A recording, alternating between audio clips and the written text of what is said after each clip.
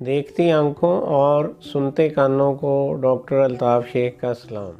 इस वीडियो में नौज़ायदा बच्चे में यरकान और दीगर अमूमी मसाइल के बारे में बताया गया है। जॉन्डिस, बच्चे की जिल्द की रंगत का पीला होना जिसे यरकान कहते हैं। अमूमन दूसरे तीसरे दिन बच्चे की रंगत पीली होनी शुरू हो जाती है और चंद दिनों बाद हफ्ते से 10 दिनों में दोबारा नॉर्मल हो जाती है।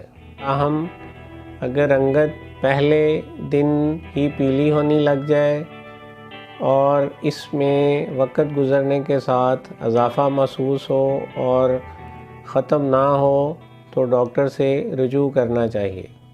बच्चे के हाथ और पाँव का नीला हो जाना, ये एक अमूमी बात है जो कि 1 से 2 दिनों में खुद ही ठीक हो जाती है। एहतियातन सर्दियों में बच्चों के हाथ और पाँव को कवर कर देना चाहिए। स्नीजिंग, ये भी एक कुदरती रिफ्लेक्स है। जब नौज़ायदा बच्चे के नाक के अंदर सेक्रीशंस इकट्ठी हो जाती हैं तो बच्चे को, चूँकि वो ख़ुद नाक साफ़ नहीं कर सकता, इसलिए ये कुदरती तौर पर नाक को साफ़ करने का एक ज़रिया है और छींक आने पर जो सेक्रीशंस थोड़ी बहुत नाक के अंदर इकट्ठी होती हैं वो निकल जाती हैं और इनको साफ़ कर देना चाहिए। और किसी भी किस्म की कोई दवाई नाक के अंदर या वैसे पिलाने की या डालने की ज़रूरत नहीं होती।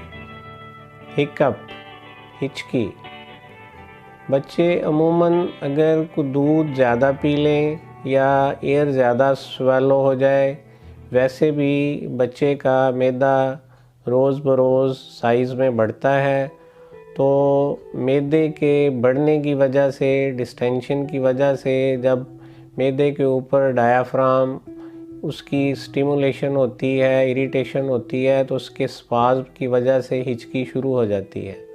और ये भी एक आम बात है जो ख़ुद ब खुद ठीक हो जाती है।